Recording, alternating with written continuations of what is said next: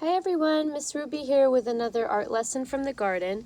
Today we're going to be working on an animal portrait looking at native animals or animals that live in our environment. One reason that we're working on this project is that the Community Association of Big Sur is doing an art contest.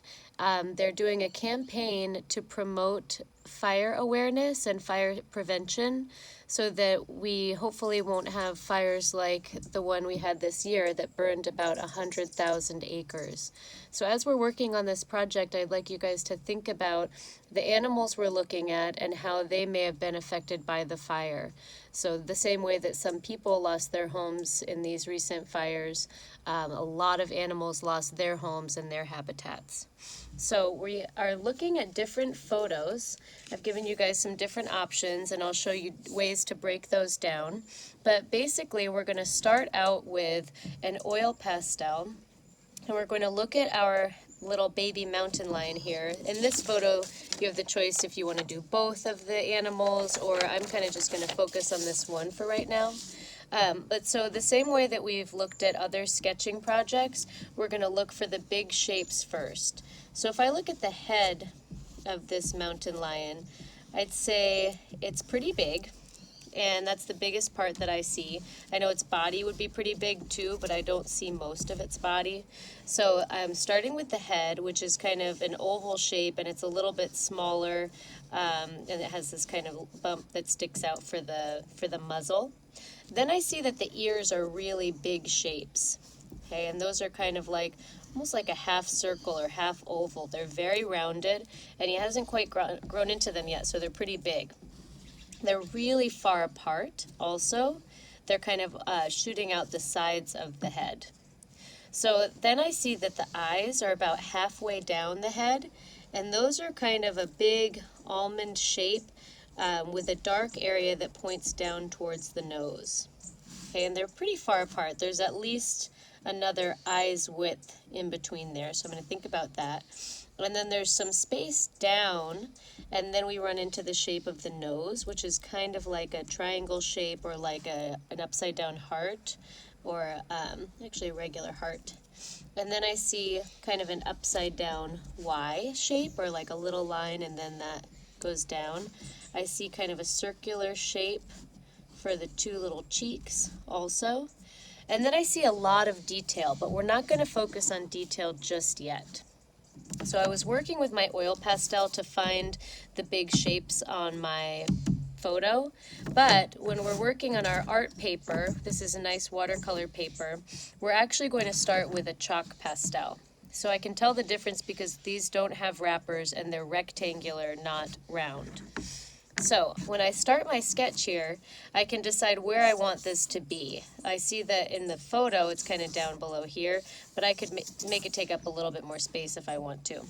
So I'm going to start off with the big stuff first, and I'm sketching. I'm drawing really lightly. Okay, and I noticed that that was an oval shape that's wider at the top, then it kind of comes down, and then we have that big area for the muzzle. There's a little mouth and nose area. Okay, so then I noticed that the ears were really big, and they're not pointy like a regular cat's ears would be, and they're kind of off to the side. So I saw that they were really rounded, almost like a bear's ears, really rounded, and pointing off to the side, and there's this big space in between. Then I noticed that his eyes aren't up top here. They're really down low, about halfway down. And they're not right next to each other, but they're not on the sides of his head either. They're kind of in between. So I'm going to put one about here, and then maybe another one just about here. And I'm starting out with kind of oval shapes, but then I remember that they have this kind of, dark line that points down towards the nose. Okay. So I'm not worried about all these extra lines. Those are going to become part of the piece, as you'll see. So then I'm going to walk down the face a little bit, and I see that the nose was kind of that heart shape, or like a rounded triangle. And then there was a little line, and then almost like a little frown there. And then he had these big rounded parts for his cheeks. And then there's a little chin there too. So I'm going to refine my sketch and press down a little bit harder on my lines. I saw that this was kind of a fuzzy line or fuzzy edge. Okay, and this is kind of a fuzzy edge. And now I'm pressing down a little bit harder because I'm getting to know my drawing a little bit better, and I'm making adjustments and figuring out where I want things to go. So right now it's just kind of a floating head. So I'm going to put his body in there, and I see that his arm or his shoulder starts right about where his mouth is. So that would be kind of right around here, and that's a line that goes down. Then I see that his back starts kind of on the level of his eye, and that's a line that goes over and down. Okay, and then this might be leading into his arm, but I'm not really sure. It's just kind of fur down there. I can also think about giving this creature a place to be. So maybe there's some grasses and things around him. Maybe he's hiding in the bushes. There might be some leaves or some foliage around him. So you can think about where this animal might want to be, what would its habitat look like, and you can try to include that in your background. So again, I'm going to try to refine my drawing, and I know that he's probably got these dark pupils. That's going to make him look less zombie-eyed. He's got those dark centers of the eyes. And then I saw that there was some kind of fuzzy stuff in the ears. So I can think about adding a little bit of detail to this. But notice I'm not coloring it in. That comes later. You see he's got some really cute spots on his back and kind of like a diamond shape here on his forehead. And kind of some dark patches of pattern. So I can give an idea where those are going to be. But again, I'm not getting too detailed in this stage. When I like my sketch, and I think I'm done with that, I'm going to take out my matte medium. Okay, the matte medium is basically like a clear paint. And what this is going to do, it's going to spread over the entire mixed media piece, and it's going to start to smear that chalk pastel and give the entire painting a tone of color. Okay, so we start to see as I brush gently, only my sharpest lines really show through, and everything starts to get a hint of color. So I'm brushing pretty gently, side to side, covering the whole thing. A couple things to be aware of for this stage. I don't want to scrub with my brush because I want to go over these lines gently so that they don't disappear completely. I also don't want to use black for the chalk pastel. If I use black for the chalk pastel and I do this matte medium wash over the whole thing, it will just all turn dark. So I want to use one color for this. You notice I just used my one chalk for this. So I'm going to put my cap back on my matte medium. I'm going to put my brush in a cup of water so it doesn't harden and get destroyed. And then I can take out my gesso. So this is our second part. All right, so for part 2 of this project, I'm going to add some highlights and details in, and maybe even some patterns. So I'm going to use my white gesso to do that. So the gesso is in a cup just like this, marked gesso, and I'm going to take the lid off and be really careful with this stuff. And I'm going to take out some of my smaller brushes.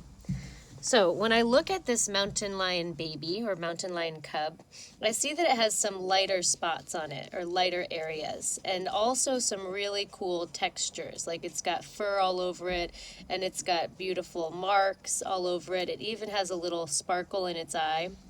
So these are going to be the highlights, and I'm going to use my white gesso to show those highlights on my mixed media piece. So again, I notice that it has kind of some light fur around its eyes.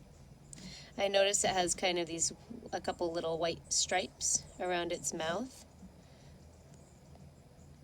I notice it has some little white hairs on its little chin. Okay, I notice some light above its eyebrows.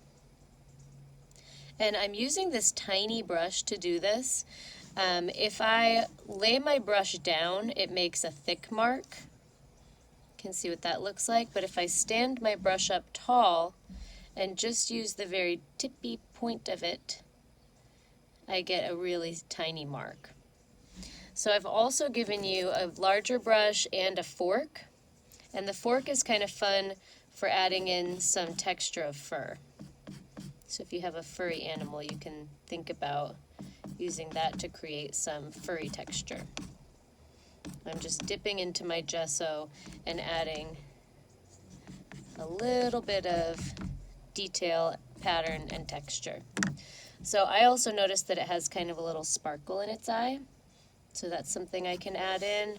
The fur and the ears looked kind of light to me. There's even kind of a nice little outline of light around the tip of the ears. So I'm going to add some patterns and details with my gesso. I'm doing this mostly on the animal itself, but if you want to, you can think about adding this into the background as well. Maybe if I wanted to make it look like those leaves, I could do something like that, or stems or grasses.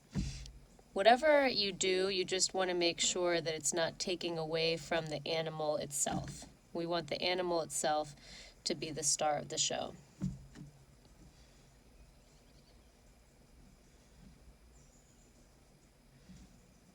So like I have shown you guys before, this kind of stuff doesn't really erase. So I'm not, I'm not getting too attached. If I make a little mistake, like I did a little drop of gesso there, I'm just turning it into something else. Okay, and we can always go over this with another layer in the next step. So I'm looking at my photo to try to find patterns and details.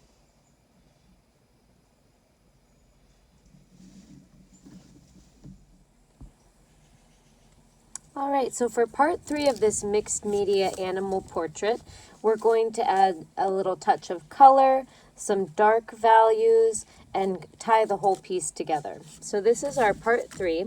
I'm starting by looking at my little mountain lion cub and my mixed media piece.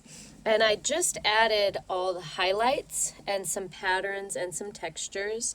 So now I'm going to look for some darker areas. So we know about values, that they're the lights and darks. So now I'm going to look for dark values. So I see that the eyes have kind of a dark value around them. So I'm going to start shading in any dark areas with my pencil, with my graphite pencil. I'm looking for those dark areas or shadow. And this is going to add a little bit more contrast to the piece and make it feel a little bit more realistic and a little bit more 3D.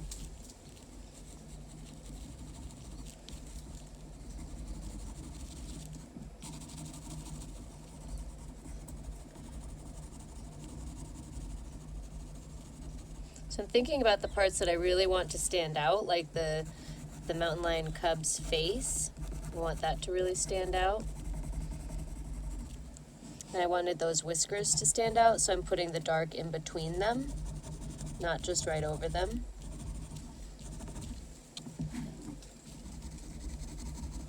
And I'm going to continue finding darks and shading in.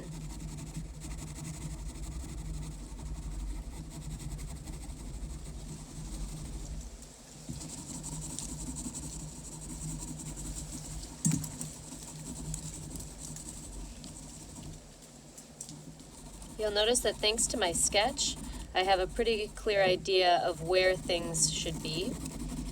So that's always nice that the sketch helps us to plan out where our patterns and values are going to be.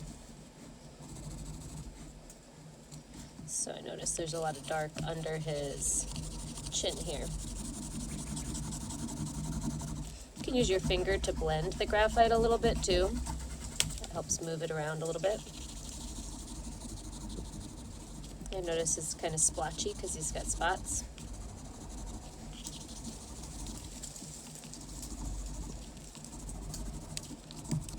So I'm bringing out the darkest areas with my graphite. Now I'm going to turn to my watercolor crayons. They're different. They're not the Craypas. These are my oil pastels, which won't blend with my water. These are my watercolor crayons, the Portfolio series. So I can look for different areas where I might want to add some color. So maybe here in the background I want to put a little splash of green behind him. First of all, because it kind of gives it an environment or a place to be, and that's one of our themes for this project, is its environment. And it also creates more contrast because the mountain lion itself is mostly this orange-brown, and the green is very different, so it's going to help them to stand out. I have a few different greens I can use.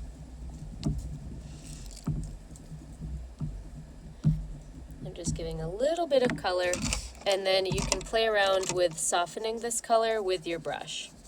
So adding a little bit of water wakes that water-soluble oil pastel or watercolor crayon. It wakes it up and turns it into paint. So the more I scrub over it, the softer the marks will become. So if I like the lines that I've done, I'm going to go kind of gently over them. But if I want to just turn that into color, I can brush pretty hard.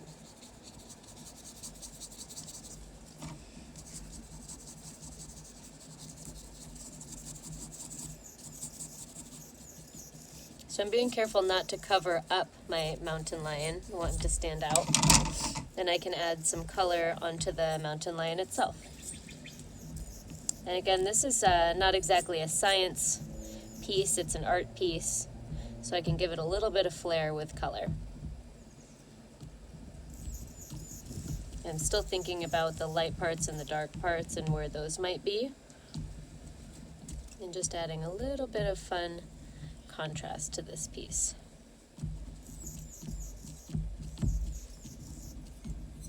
I don't want to cover up all the layers completely. This is a mixed media piece, which means we're using more than one art material. And I like that to show, so I don't want to completely cover up my gesso. I don't want to completely cover up where I had my chalk pastel. I want these pieces to all work together to create a beautiful image. And I can soften these with a little touch of the brush. You'll notice that if I paint over the gesso with this watercolor, the gesso kind of resists. You can still see the gesso through it.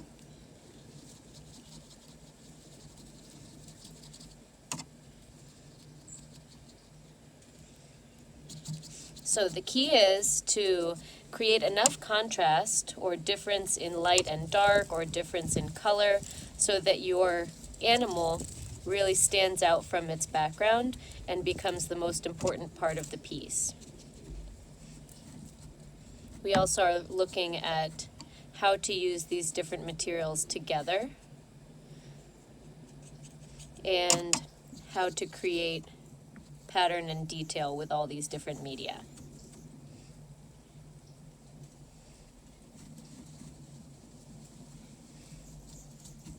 I hope you have fun with your animal portrait. Good luck!